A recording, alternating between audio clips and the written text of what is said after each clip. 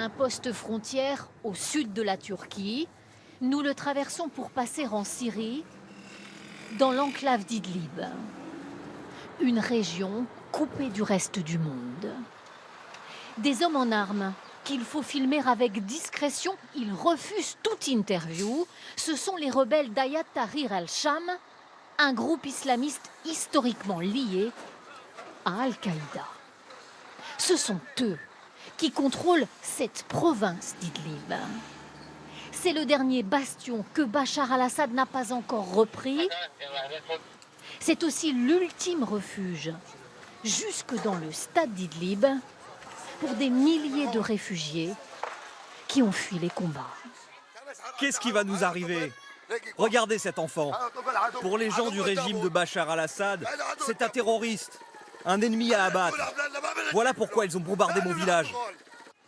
Dans les gradins comme sur la pelouse, presque personne. Trop dangereux, ce serait une cible idéale lors d'une attaque aérienne. Les femmes et les enfants sont donc dans les sous-sols, pas d'eau courante et une seule association humanitaire qui passe de temps en temps pour distribuer du pain.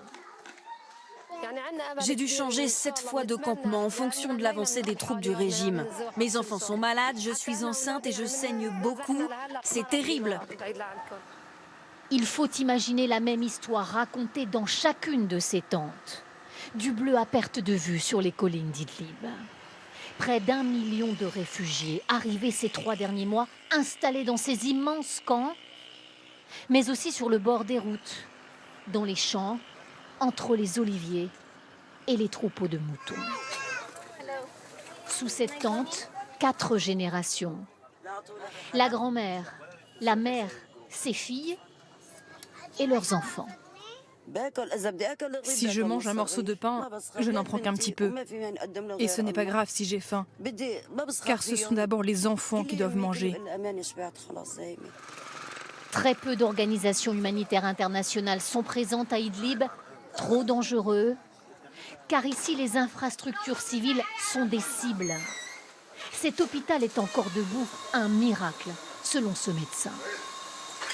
C'est plus dangereux que la ligne de front, parce que systématiquement Bachar cible les hôpitaux. Le cessez-le-feu décrété il y a une semaine tient pour l'instant, mais l'ONU dénonce toujours la plus grande catastrophe humanitaire au monde. Aujourd'hui, seulement 1 Syrien sur 2 vit encore dans son pays d'origine.